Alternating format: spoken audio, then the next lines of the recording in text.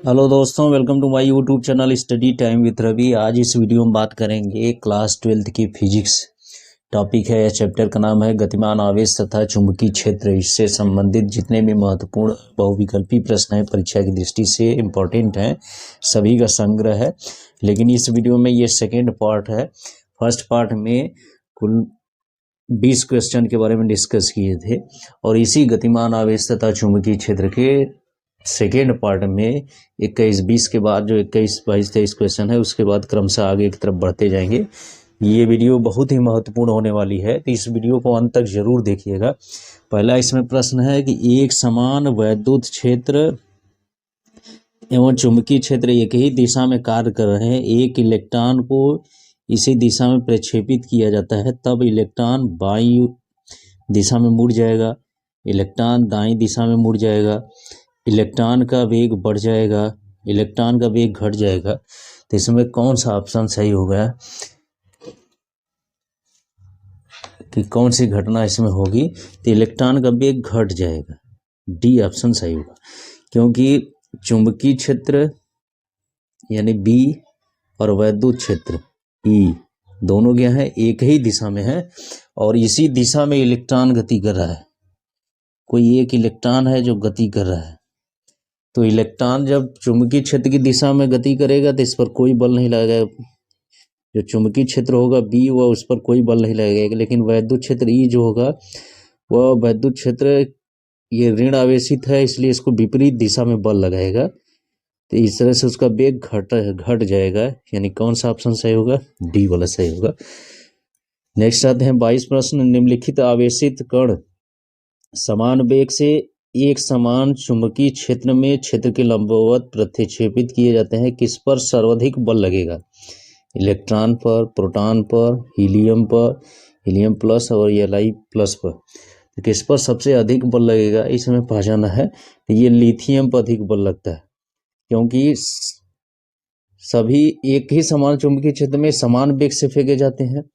तो इसमें क्या होगा कि वेग समान रखना है और चुंबकीय क्षेत्र भी एक समान रखना है, तो इसके लंबवत प्रेरित किए जाते हैं। तो किस पर सर्वाधिक बल लगेगा? तो ये जो बल लगेगा वह द्रव्यमान पर निर्भर करेगा। तो इसका जो द्रव्यमान क्या होता है, सबसे अधिक होगा इलेक्ट्रॉन, प्रोटॉन, हीलियम से ये लिथियम का द्रव्यमान ज़्यादा होगा, लिथियम आयन का। इसलिए 22 का कौन सा ऑप्शन सही होगा? डी वाला सही होगा। नेक्स्ट आते हैं 23 प्रश्न। एक संकीर्ण इलेक्ट्रॉन किरणवी वैद्युत क्षेत्र ई बराबर 3 × 10⁻⁴ वोल्ट प्रति मीटर तथा उसी स्थान पर आरोपित चुंबकीय क्षेत्र B बराबर 2 × 10⁻³ वीबर प्रति मीटर स्क्वायर से अविचलित निकल जाती है। इलेक्ट्रॉन की गति, वैद्युत क्षेत्र और चुंबकीय क्षेत्र तीनों परस्पर लंबवत हैं। इलेक्ट्रॉन की चाल है, यानी ऐसे संकीर्ण क्षेत्र में जहां पर वैद्युत क्षेत्र भी है, चुंबकीय क्षेत्र भी है, इलेक्ट्रॉन अविचलित होकर निकल जाता है। अर्थात उस पर लगने वाला वैद्युत क्षेत्र द्वारा जो बल है और चुंबकीय क्षेत्र द्वारा जो बल है दोनों संतुलित हो जाते हैं। तो वैद्युत क्षेत्र द्वारा उस पर कितना बल लगेगा? इलेक्ट्रॉन है तो कितना बल लगेगा? E × E, जहाँ E क्या है, इलेक्ट्रॉन पर आवेश है, और जो चुंबकीय क्षेत्र है उसके द्वारा कितना बल लगेगा उसका मान आ जाएगा EV आ जाएगा। जहाँ E क्या है, इलेक्ट्रॉन पर आवेश, E क्या है उसका वेग, और B क्या है चुंबकीय क्षेत्र। तो यहाँ से E से E कैंसिल हो जाएगा। तो यहाँ से वेग निकालना है, इलेक्ट्रॉन की चाल कितनी है, चाल पूछ रहा है, यानी V का मान निकालना है। तो V = कितना हो जाएगा, स्मॉल e से स्मॉल ई कट जाएगा, E अपान क्या हो जाएगा, B हो जाएगा। अब इसी पर वैल्यू रख लेंगे, बस सॉल्व कर लेंगे, आ जाएगा। E का वैल्यू कितना है, 3 × 10⁻⁴। अब B का वैल्यू कितना है, 2 × 10⁻³ इसको सॉल्व करेंगे, इसका भाग देंगे, 10 का घात उसमें संयोजित करेंगे तो आ जाएगा 1.5 × 10⁻⁷ आ जाएगा मीटर प्रति सेकेंड। यानी कौन सा ऑप्शन सही होगा? सी वाला। 23 का सी ऑप्शन सही होगा। नेक्स्ट आते हैं 24 प्रश्न। भी विभवांतर से त्वरित एक इलेक्ट्रॉन अनुप्रस्थ का मतलब लंबवत होता है, चुंबकीय क्षेत्र में प्रवेश करता है तथा इस पर बल F लगता है। यदि विभवांतर 2 गुना हो जाए तो इलेक्ट्रॉन पर लगने वाला बल हो जाएगा तो इसको कैसे सॉल्व करेंगे? जैसे इलेक्ट्रॉन है, भी विभवांतर त्वरित हो रहा है, तो उसकी ऊर्जा कितनी हो जाएगी? ईवी हो जाएगी। भी वोल्ट पर विभवांतर होगा, त्वरित होगा तो ईवी हो जाएगा। ये कौन सी ऊर्जा उसको प्रदान करेगा? गतिज ऊर्जा, तो हाफ mv² के बराबर हो जाएगी। तो यहाँ से ये समीकरण प्राप्त करेंगे। लेकिन जब बल F लगाता है तो चुंबकीय क्षेत्र बल लगाता है, तो लंबवत कोई भी कण चुंबकीय क्षेत्र में लंबवत प्रवेश करेगा तो उस पर एक अभिकेंद्र बल कार्य करता है। तो अभिकेंद्र बल के लिए फार्मूला लिख सकते हैं क्या? mv² अपॉन क्या लिख सकते हैं? r। तो ये क्या होगा? किसके बराबर होगा? F के बराबर होगा। तो यहाँ से mv² बराबर क्या लिख सकते हैं? rf लिख सकते हैं। यहाँ से इस वाले समीकरण से क्या लिख सकते हैं? mv² इक्वल टू कितना लिख सकते हैं? rf लिख सकते हैं। ऐसी वैल्यू इसमें रख देंगे तो कितना हो जाएगा? ईवी बराबर क्या हो जाएगा? हाफ mv² की जगह क्या लिख देंगे? rf लिख देंगे। और यहाँ से f का वैल्यू निकाल लेंगे तो कितना हो जाएगा? 2ev अपान क्या हो जाएगा? r हो जाएगा। अब r जो होता है वृत्ताकार पथ की जो त्रिज्या होती है वह उसका फार्मूला चुंबकीय विभवांतर के टर्म में इस तरह से होता है। r इक्वल टू होता है 1/b, बाहर होता है, अंडर रूट में होता है 2mv/q। q का मतलब इलेक्ट्रॉन पर आवेश, E हो जाएगा। ये संबंध पाया जाता है।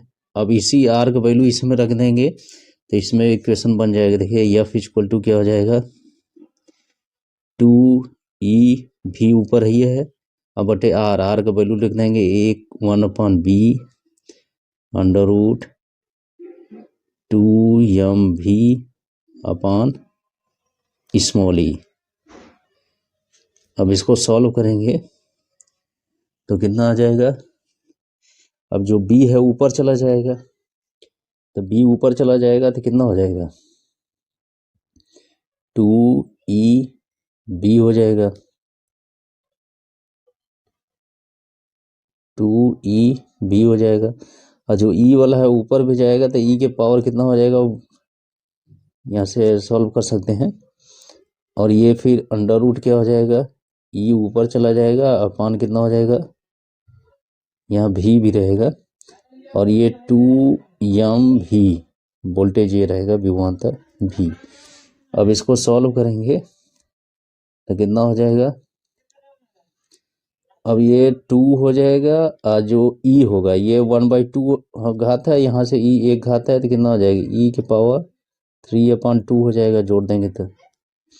अब b हो जाएगा, फिर इसके बाद जो v होगा, v के पावर कितना हो जाएगा? v यहाँ 1/2 नीचे है, ऊपर की तरफ जाएगा, एक घात है, इसमें से निकल जाएगा,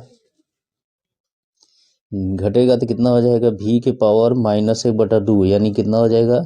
अंडर रूट में हो जाएगी, अंडर रूट भी हो जाएगा बटे अंडर रूट 2m, नीचे अंडर रूट बचेगा इसमें। तो ये जो इलेक्ट्रॉन है, इलेक्ट्रॉन पर आवेश, चुंबकीय क्षेत्र और द्रव्यमान सब नियत है। तो इस तरह से जो F होगा वह किस पर निर्भर करेगा? अंडर रूट v के, यानी कि इसके विभवांतर के। तो यदि विभवांतर में परिवर्तन करेंगे तो उस पर लगने वाला जो बल होगा उसके अंडर रूट के अनुसार परिवर्तित होगा। तो यहाँ सवाल में दिया है कि इलेक्ट्रॉन पर यदि विभवांतर 2 गुना हो जाए तो लगने वाला बल कितना होगा? तो जब 2 गुना विभवांतर करेंगे तो अंडर रूट 2 भी हो जाएगा, तो जो बल भी हो जाएगा वो क्या हो जाएगा? अंडर रूट 2f हो जाएगा। इस तरह से परिवर्तित हो जाएगा। तो यानी कौन सा ऑप्शन सही होगा? इसका सी आंसर सही होगा, 24 का सी आंसर इसमें सही आएगा। नेक्स्ट आते हैं 25वां प्रश्न की तरफ। कोई एक समान चुंबकीय क्षेत्र इलेक्ट्रॉनों की गति की दिशा के लंबवत कार्यरत है। इसके फलस्वरूप इलेक्ट्रॉन 2 सेंटीमीटर त्रिज्या के वृत्ताकार पथ पर चलते हैं। यदि चुंबकीय क्षेत्र 2 गुना कर दिया जाए तो वृत्ताकार मार्ग की त्रिज्या होगी। तो उसके वृत्ताकार मार्ग की त्रिज्या कितनी होगी उसको हम लोग को बताना है। तो जो वृत्ताकार मार्ग की त्रिज्या होती है r बराबर हम लोग फार्मूला जानते हैं mv बटे क्या होता है? qb होता है। तो यहाँ किस में परिवर्तन करना है, चुंबकीय क्षेत्र की तीव्रता में परिवर्तन करना है। तो कितना हो जाएगा, यहाँ द्रव्यमान और वेग और आवेश में कोई परिवर्तन नहीं करना है। तो इसमें क्या होगा कि आर की जगह यदि क्या लिख देंगे, आर का वैल्यू इसमें क्या होगा कि जो सब नियत है तो वो किस पर निर्भर करेगा, चुंबकीय क्षेत्र की तीव्रता की व्युत्क्रमणपाती होगा। तो यहाँ से लिखेंगे, जब R1 का वैल्यू लिखेंगे तो कितना हो लिखेंगे, 1/V1 लिख सकते हैं, या इस तरह से इसमें संबंध लिख सकते हैं R और चुंबकीय क्षेत्र की तीव्रता में। तो क्या लिख सकते हैं कि R1/R2 बराबर क्या लिख सकते हैं, V2/V1 लिख सकते हैं, क्योंकि व्युत्क्रमणपाती का संबंध है तो उल्टा रहेगा। यहाँ से R1 का वैल्यू कितना दिया है, 2 सेंटीमीटर, R2 का वैल्यू निकालना है। चुंबकीय क्षेत्र V2 जो है पहले का 2 गुना रखना है तो 2V1 लिख देंगे। चुंबकीय क्षेत्र ये पहले वाला क्या होगा, V1 हो जाएगा। यहाँ से कैंसिल हो जाएगा तो कितना आ जाएगा, 2/R2 बराबर क्या हो जाएगा, 2/1, यानी R2 बराबर कितना हो जाएगा, 1 सेंटीमीटर हो जाएगा। तो कौन सा ऑप्शन सही होगा, बी वाला। तो 25 का बी आंसर सही होगा। 26वां प्रश्न आते हैं, एक इलेक्ट्रॉन एक समान चुंबकीय क्षेत्र बी में क्षेत्र के लंबवत भी वेग से गमन कर रहा है। अचानक चुंबकीय क्षेत्र घटकर B/2 हो रह जाता है। पथ की प्रारंभिक त्रिज्या R का मान अब हो जाएगा। तो फिर वही जो त्रिज्या का संबंध बताएं कि R बराबर क्या होता है, mv/qb, यानी इसमें किसमें परिवर्तन कर रहा है कि चुंबकीय क्षेत्र की तीव्रता में परिवर्तन हो रहा है। चुंबकीय क्षेत्र की तीव्रता जो है आधी कर दी जाती है, B/2 कर दिया जाती है। तो उसकी त्रिज्या क्या हो जाएगी, ये व्युत्क्रमणपाती है, तो जब आधा करेंगे तो त्रिज्या क्या हो जाएगी, 2 गुनी हो जाएगी। यानी कौन सा ऑप्शन सही होगा इसका, 26 का बी ऑप्शन सही होगा, क्योंकि यहाँ जो त्रिज्या है वह क्या है, R जो चुंबकीय क्षेत्र है उसके व्युत्क्रमणपाती है। तो इसके आधार पर ये इसमें मान निकाल सकते हैं। 26 का कौन सा आएगा, बी वाला। 27 प्रश्न, एक प्रोटॉन व एक अल्फा कण समान वेग से एक समान चुंबकीय क्षेत्र में लंबवत प्रवेश करते हैं। यदि उनके परिक्रमण काल क्रमशः T1 T2 हो तब इसमें संबंध बताना है। कौन सा संबंध सही होगा, उनके अनुपात के टर्म में है।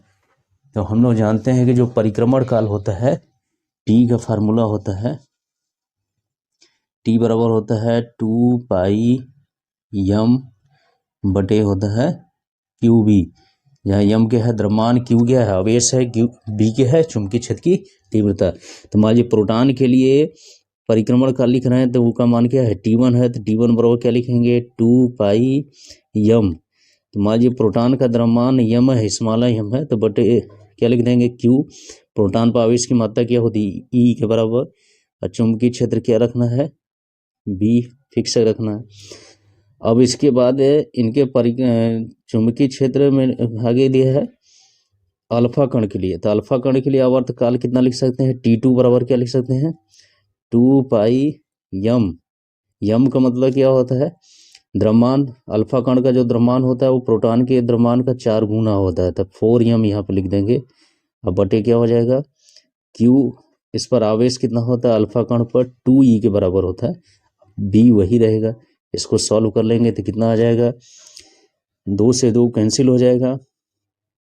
फिर उसके बाद क्या बचेगा, इसमें 4 बचेगा, 4πm बटे EB बच जाएगा। अब यहाँ से उसका अनुपात निकालने हैं, यदि T1 बटे T2 तो कितना आ जाएगा, T1 बटे T2 निकालेंगे तो कितना हो जाएगा, कटेगा तो इसका आ जाएगा 1/2 आ जाएगा। तो 27 का कौन सा ऑप्शन सही होगा, सी वाला सही होगा, T1/T2 बराबर 1/2। अब इसके बाद 28 प्रश्न आते हैं, यदि आवेशित कण का वेग 2 गुना तथा चुंबकीय क्षेत्र का मान आधा हो जाए तब आवेश के मार्ग की त्रिज्या हो जाएगी। तो त्रिज्या बताया कि त्रिज्या R बराबर क्या होता है, इसका फार्मूला बताया गया था, mv बटे क्या QB बताया गया था। तो इसमें त्रिज्या क्या होगा, मान लीजिए त्रिज्या बदल गई, R' हो गई, तो द्रव्यमान वही रखना है, वेग क्या करना है, 2 गुना करना है, तो क्या हो जाएगा 2v हो जाएगा, अपान क्या हो जाएगा Q वही रहेगा। चुंबकीय क्षेत्र को आधा करना है, तो यानी B बटे कितना हो जाएगा 2 हो जाएगा, B की जगह V/2 हो जाएगा। इसको सॉल्व करेंगे तो कितना हो जाएगा, ये 2 ऊपर है, ये 2 बटे में है तो ऊपर जाएगा तो 4 हो जाएगा, 4 यम भी बटे क्या हो जाएगा, क्यू भी हो जाएगा। अब यहाँ 4 हो गया और ये यम भी बटे क्यू भी किसके बराबर है, आर के बराबर है, तो आर लिख देंगे। यानी पहले से त्रिज्या कितना हुए, 4 गुनी हो जाएगी। कौन सा ऑप्शन सही होगा, 28 का सी आंसर सही होगा। नेक्स्ट क्वेश्चन आते हैं 29 प्रश्न पर। एक आयन 4 × 10⁻² वेबर प्रति मीटर स्क्वायर के एक समान चुंबकीय क्षेत्र में 2 × 10⁻5 मीटर प्रति सेकंड के वेग से क्षेत्र की लंबवत प्रवेश करता है। यदि आयन का विशिष्ट आवेश यानी आवेश और द्रव्यमान का अनुपात 5 × 10⁻7 कूलाम प्रति किलोग्राम हो तो इसके वृत्तिपथ की त्रिज्या होगी। अब इसके वृत्तिपथ की त्रिज्या निकालना है, तो इसको कैसे सॉल्व करेंगे, थोड़ा सा ध्यान रखना हम लोगों को। यहाँ चुंबकीय क्षेत्र की तीव्रता का मान कितना दिया है, बी का वैल्यू दिया है 4 × 10⁻² वेबर प्रति मीटर स्क्वायर। फिर इसके बाद एक समान चुंबकीय क्षेत्र में कितने वेग से गतिशील है, तो वेग दिया है v बराबर 2 × 10⁻5 मीटर प्रति सेकेंड। लंबवत प्रवेश कर रहा थीटा 90 अंश हो जाएगा। और इसका विशिष्ट आवेश दिया है यानी क्यू बटे यम, आवेश बटे द्रव्यमान का मान दिया है 5 × 10⁻7 कूलाम प्रति किलोग्राम। अब इसके वृत्तिपथ की त्रिज्या होगी यानी आर का वैल्यू पूछ रहा है, तो इसको कैसे लगाएंगे। देखिए आर का वैल्यू निकालने के लिए इसमें फार्मूला हम लोग जानते हैं कि आर बराबर क्या होता है, यम भी बटे क्या होता है, क्यू भी होता है। अब इसी को एडजस्ट कर सकते हैं, यम और क्यू को साइड में रख दें, यम और क्यू को इस तरह से, और ये क्या होगा, भी बटे के बी हो जाएगा। तो यम बटे क्यू यानी यहाँ से क्यू बटे यम का मान दिया है, तो यम बटे क्यू का मान कितना लिख सकते हैं, 1/5 × 10⁻7 उल्टा लिख सकते हैं। अब गुणे भी वेग दिया है 2 × 10⁻5, अब बटे बी कितना दिया है 4 × 10⁻², ये इतना मीटर आ जाएगा। तो इसको सॉल्व करेंगे तो इसका मान कितना आ जाएगा, 0.10 मीटर आ जाएगा। यानी कौन सा ऑप्शन सही होगा, पहला वाला। 29 का कौन सा ऑप्शन सही होगा, ए ऑप्शन सही हो जाएगा। नेक्स्ट आते हैं 30वां प्रश्न। एक ऊर्ध्व सीधे चालक में धारा ऊपर की ओर बह रही है। कोई भी चालक तार है उसमें धारा किधर बह रही है, ऊपर की तरफ बह रही है। ये मान लीजिए धारा आई प्रवाहित हो रही है।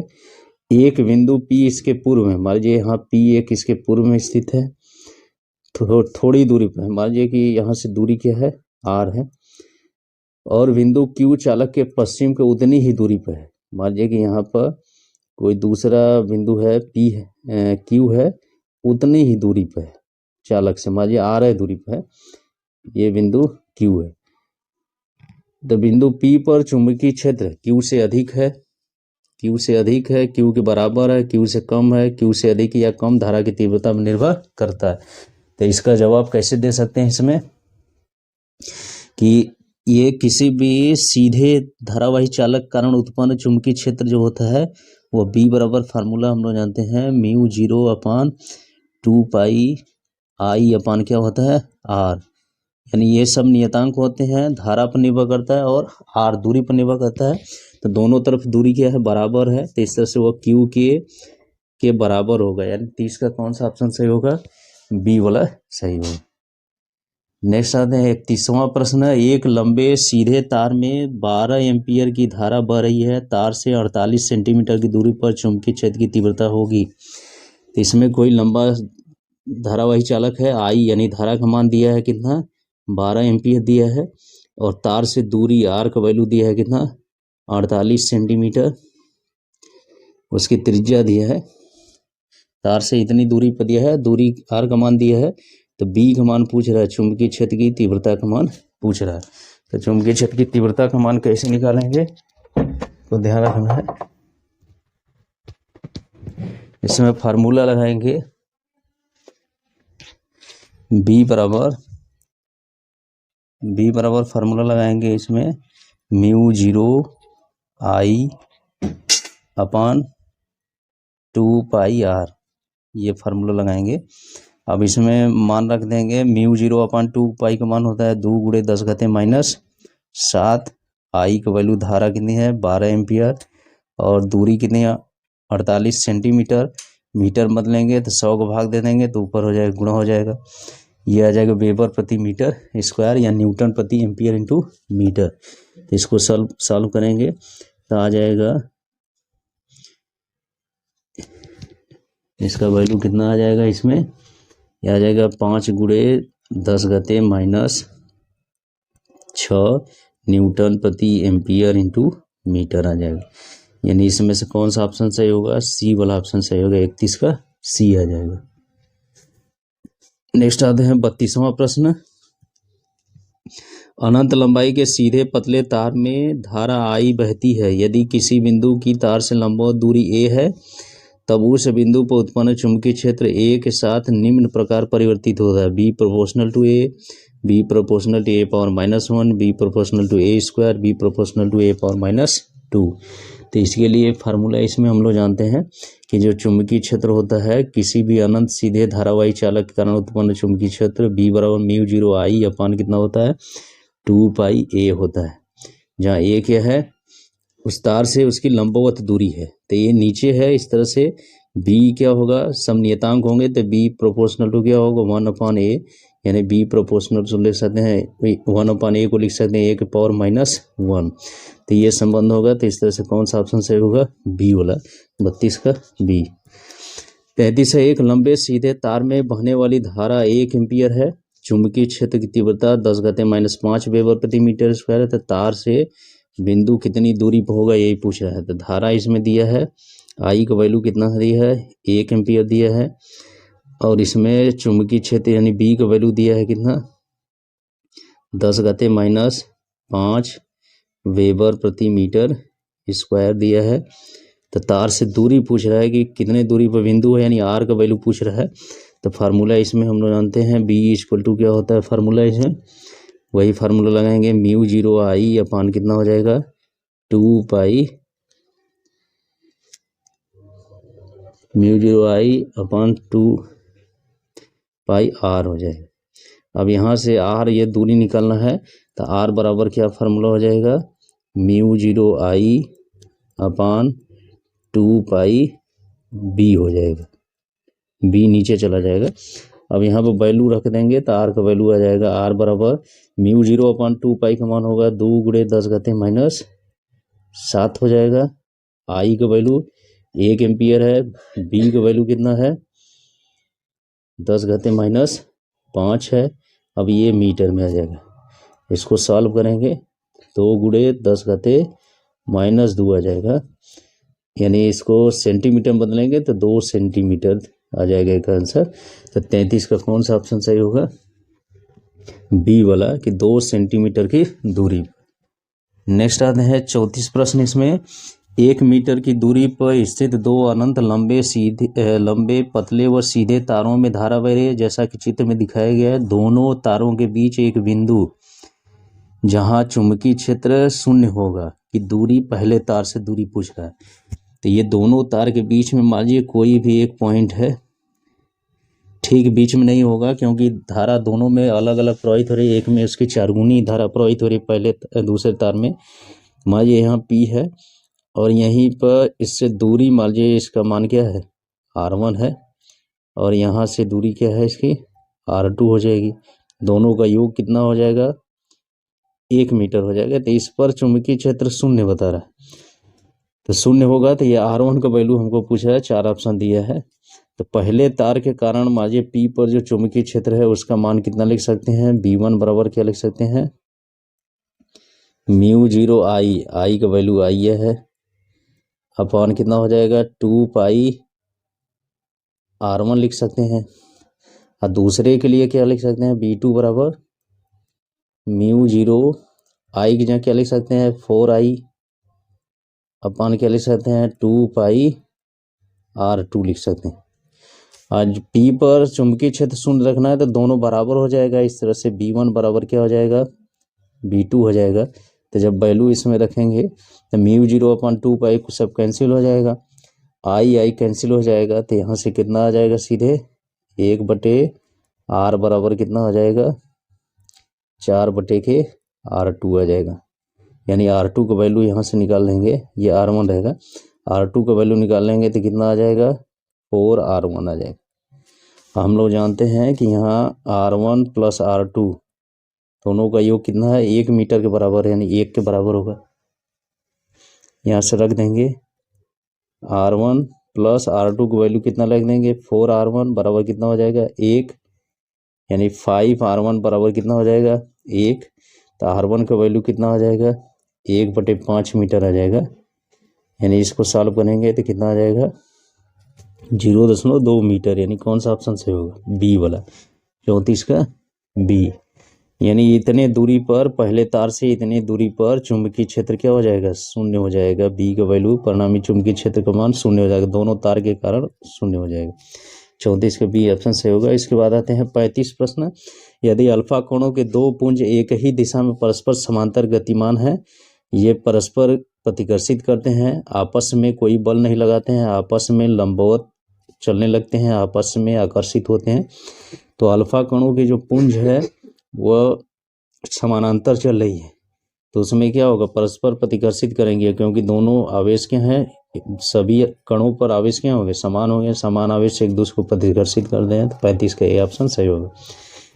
36 है समान दिशा में समान वेग से गतिमान इलेक्ट्रॉनों की पुंज की प्रकृति होगी अभिसारी, अपसारी, समांतर, कुछ नहीं कहा जा सकता। तो उसकी प्रकृति क्या होगी वह अपसारी होगी, यानी वह फैलते जाएंगे प्रतिकर्षण बल के कारण। तो यानी 36 का कौन सा ऑप्शन सही होगा बी वाला। 37 प्रश्न आते हैं। यदि दो समांतर तारों में धारा एक ही दिशा में बह रही है तो तार एक दूसरे को आकर्षित करते हैं, क्योंकि उनके बीच विभवांतर होता है, उनके बीच अन्योन्य प्रेरकत्व होता है, उनके बीच वैद्युत बल कार्य करता है, उनके बीच चुंबकीय बल कार्य करता है। तो उनके बीच क्या होता है चुंबकीय बल कार्य करता है, क्योंकि दोनों धारावाही चालक तार हैं, तो एक के कारण चुंबकीय क्षेत्र उत्पन्न होगा तो उस क्षेत्र में दूसरा चालक तार रहेगा तो उस पर चुंबकीय बल लगेगा। इसी तरह से परस्पर दोनों एक दूसरे पर बल लगाते हैं, तो आकर्षण और प्रतिकर्षण इसी कारण होता है कि उनके बीच क्या होता है चुंबकीय बल कार्य करता है। तो 37 का कौन सा ऑप्शन सही होगा डी वाला। 38 आते हैं। दो समांतर तथा एक ही दिशा में धारावाही चालकों के बीच एकांक लंबाई पर लगने वाला बल है, तो ये हम लोग जानते हैं फार्मूला करना है कि एकांक लंबाई पर लगने वाला जो बल होता है F/L का फार्मूला आता है कितना μ0/2 I1 I2 अपान क्या होता है R होता है। यहाँ से ये एकांक लंबाई पर लगने वाला बल है, यहाँ μ0/2 को लिख सकते हैं 2 × 10⁻⁷ लिख सकते हैं।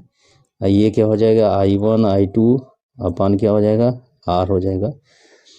तो इस तरह से इसमें कौन सा ऑप्शन सही होगा 2 यहाँ पर लगा देंगे, तो ये इस तरह से सी वाला ऑप्शन सही होगा, 38 का सी सही हो जाएगा। 39 प्रश्न है। दो समांतर तारों ए तथा बी में क्रमशः 10 तथा 2 एम्पीयर धाराएं विपरीत दिशा में बह रही हैं, तारों के बीच 10 सेंटीमीटर दूरी है। यदि तार ए अनंत लंबाई का है तथा तार बी की लंबाई 2 मीटर है तो तार बी पर लगने वाला बल होगा। इस पर फार्मूला हम लोग जानते हैं कि दो समांतर तारों के बीच लगने वाला एकांक लंबाई पर लगने वाला बल F/L क्या होता है μ0 अपान कितना होता है 2 I1 I2 अपान क्या होता है R। तो इसमें F का वैल्यू पूछ रहा है तो F को इसी तरह छोड़ देंगे। L कितना है 2 मीटर, μ0/2 का मान होगा 2 × 10⁻⁷। I1 का वैल्यू कितना है 10 है, I2 का वैल्यू 2 एम्पियर है, R का वैल्यू 10 सेंटीमीटर दिया है, तो उसको मीटर में बदल लेंगे, 100 का भाग दे देंगे तो इसमें आ जाएगी 0.01 आ जाएगी। अब यहाँ से F का वैल्यू निकालेंगे, 2 का इसमें तिरे गुणा हो जाएगा, कितना हो जाएगा 8 आ जाएगा, 8 × 10⁻5 हो जाएगा, -5 हो जाएगा। तो यानी कौन सा इसमें विकल्प सही होगा 39 का ए ऑप्शन सही होगा, 8 × 10⁻5 न्यूटन।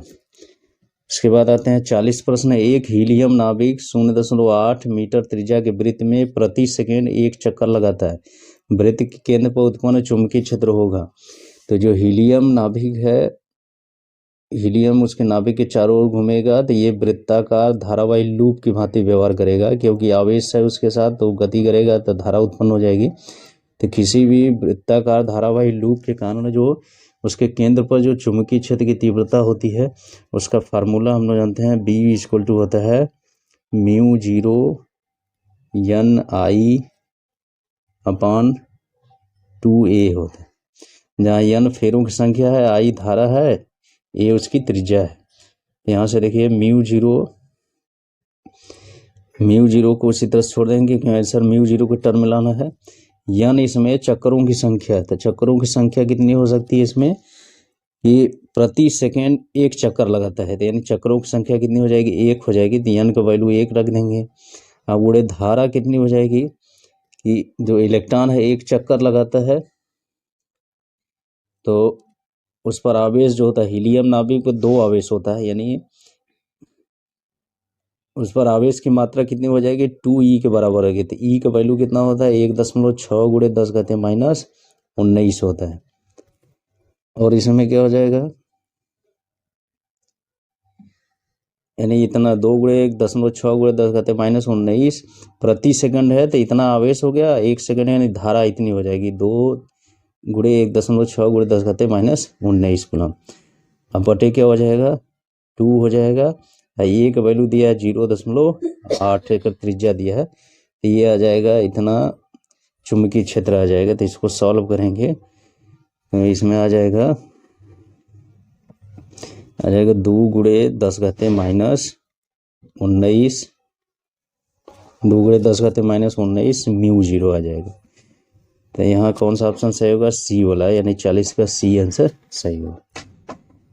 41 प्रश्न आते हैं। हाइड्रोजन परमाणु को बोहर मॉडल में इलेक्ट्रॉन नाभिक के परितः 5.4 × 10⁻11 मीटर त्रिज्या के वृत्तीय पथ पर 9.8 × 10⁻15 चक्र प्रति सेकंड की आवृत्ति से घूमता है।